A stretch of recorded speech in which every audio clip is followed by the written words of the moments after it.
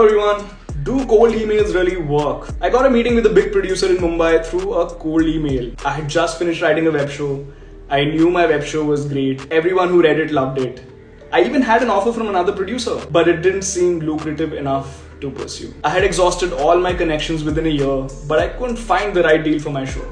And that's when I decided to write cold emails to all these producers and studio execs to get their attention. I wrote hundreds of cold emails to more than 50 producers in town for months without any response. But it was all worth it when one mainstream producer replied to my email, and that cold email worked only because of the subject line. My subject line was, "How did you come up with such a unique name for your production house?" That's it. It had nothing to do with me asking for a favor or requesting them to consider my script. It was just a simple question that excited them enough to open the email. I went on to pitch my show and the contents of the email, but I also genuinely wanted to know the meaning behind the name of that production house. 3 days later, I got a call from the producer saying that they loved my show, but sadly didn't know how to position it. The show was based on a boarding school life, and by that time, several web shows dealing with that same world had come out, making it difficult for the producer to take it to the streamer, even though the show was of far superior quality compared to everything that had come out before. However, the producer was thoroughly impressed by the writing and decided to meet me to hear my other ideas. Sadly, none of those ideas really materialized,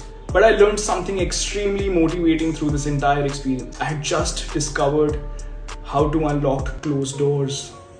And that has been my superpower since. I have no connections in this industry, and yet I've managed to unlock so many closed doors in my career that it baffles people around me. It's no rocket science though. You need to have something worth their time. You need to get their attention without irking them. You need to prove to them that you have what it takes and you're worth it. You need to understand that it takes time to build relationships. It's been 3 years and I'm still in touch with that producer. And we're planning to develop something very exciting, but that's a later conversation. Here's a life lesson.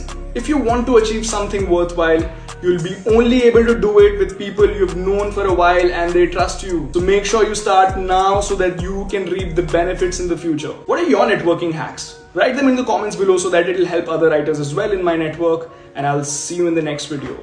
Bye-bye.